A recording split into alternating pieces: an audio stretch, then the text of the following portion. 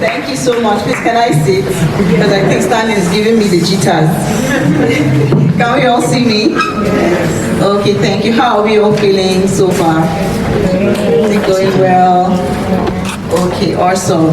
So I'm going to make it as interactive as it can be. I hope you will indulge me. So for us, I love the perspective of purpose that has been taught, and it just brings us back to the main thing of purpose. So it means that you cannot achieve purpose if you've not figured out your core, right? And for some people, their core is God. For some people, they believe in their own strength, right? Some people believe in different things. But your core is mainly that thing that anchors you. So when you're feeling challenged, what do you go to that you think really works out and keep you grounded? What is that thing that when you're feeling down, you know that when you go there, like, it anchors you, right? And then how does it take you back to being grounded again, right? That's your core. And then that's one of the great emphasis that I took out from this talk about purpose. What is my core? It's God. I don't know what's your core? Is it events? And you see, for some people it's their food, right? But yeah, so that is where it begins from. And talking about PurposeNest, I think I've already kind of jumped the gun to tell you everything, most of the things I was supposed to be speaking on now. PurposeNest is not just about personal development, because I know we talked about late bloomers, we talked about people that are emerging leaders, right?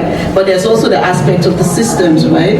So you can have people in a system that are purpose driven, but if the system is not working, then how do those people work? How can they thrive, right? And that's the other aspect of what PurposeNest is trying to achieve by creating an ecosystem. I thought you could clap for that. Thank you so much. So we have a framework. We call it the Nest to Solve framework. The Nest to Solve framework is in 4 phases. The first phase is about rediscovery, right? I know when I was trying to build it, someone asked me, why not discovery? Some people don't know themselves. And I said to them, well, at least they know their name. Some people don't know themselves, but they think that they do know themselves, right? So they can tell you, if you say, who are you? What are you here to do? They can tell you a couple things about them and just, run through them. Okay, I think I'm this and that and that, right? But the core of it, like, what do you do that will bless people? Because purpose, as much as it's about becoming, you're becoming something that will bless the people around you. You're bringing a value that will bless the people around you. And for many people, I know that people are just generally gifted. But if you're not able to translate that gift into value, then people don't take it seriously most times, right? So bringing us back to the core. So the rediscovery is about taking a pause to say, okay, I know I'm a purpose-driven person, but what am I really called to do? What is that thing that I'm doing that even if I don't get an immediate result of maybe a reward, the reward could be money, it could be applause from people, I am still fine and I'm still comfortable doing, right? And I have something here, maybe you can help me pass it around. And for the people that in this call, we go through the Nest discovery sessions with them, right? You can just pass it around, and we're passing it around just enough for you to look at it. Maybe if you think that there's a question that is really core and will really help people that you feel are confused, we could include it in that, right? So we go through a clarity session with them, help them find who they are, right? Going through those, because for some people, they understand it, but how to articulate it and put it together, sometimes it becomes a problem, right? So once we go through that session with them and they already are in purpose, they are now planted in purpose, right? We now move them to the next phase, which is the growth stage, right? So for the growth stage, let's say for example, Nanbyen is looking for her purpose. She's really confused. She doesn't know what she wants to do. She knows that she loves fashion. She knows she's very good with talking with people. She knows sometimes she's very just helpful behind the scene, right? But she has not figured out how she can really use that skill to bless people, right? Once she finds out that, oh, these are the skills that I have, I can actually bring them together to provide this unique purpose for the people, right? Add this value to my society. then what's the next thing? Is to build capacity in those areas. Because like I said earlier, a gifting or a talent is the raw thing that you pull out from the ground. It could be oil, it could be diamonds, right? You pull it out, but you can't use it like that most times. So there's room for growing, so you build capacity. So if I want to do fashion design, maybe I say I want to focus on just the people and sketching, I go and learn that, right?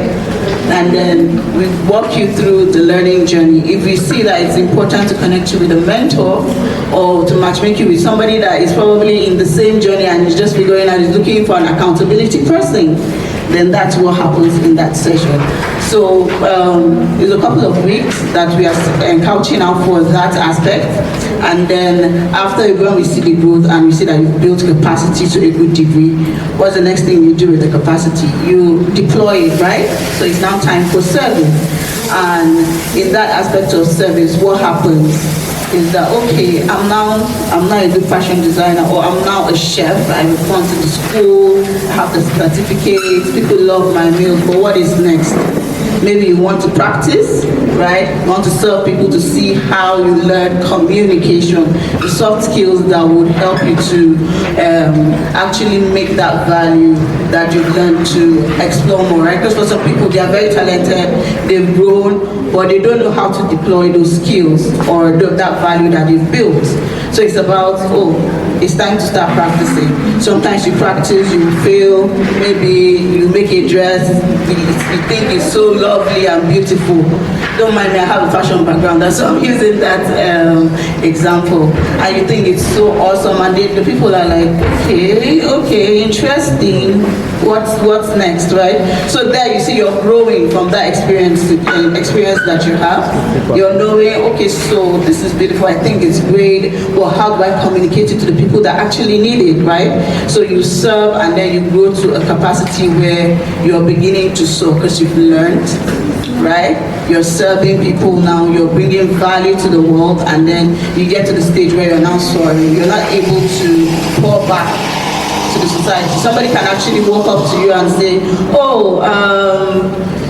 Bumi, how now? I'm trying to figure this thing out. Can you mentor me?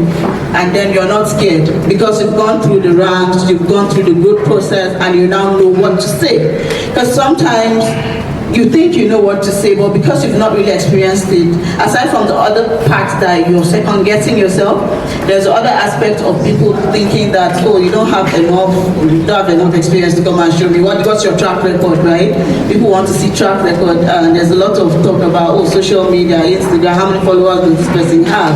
Are you an influencer? And yada, yada, yada. But that's not the focus of this, right?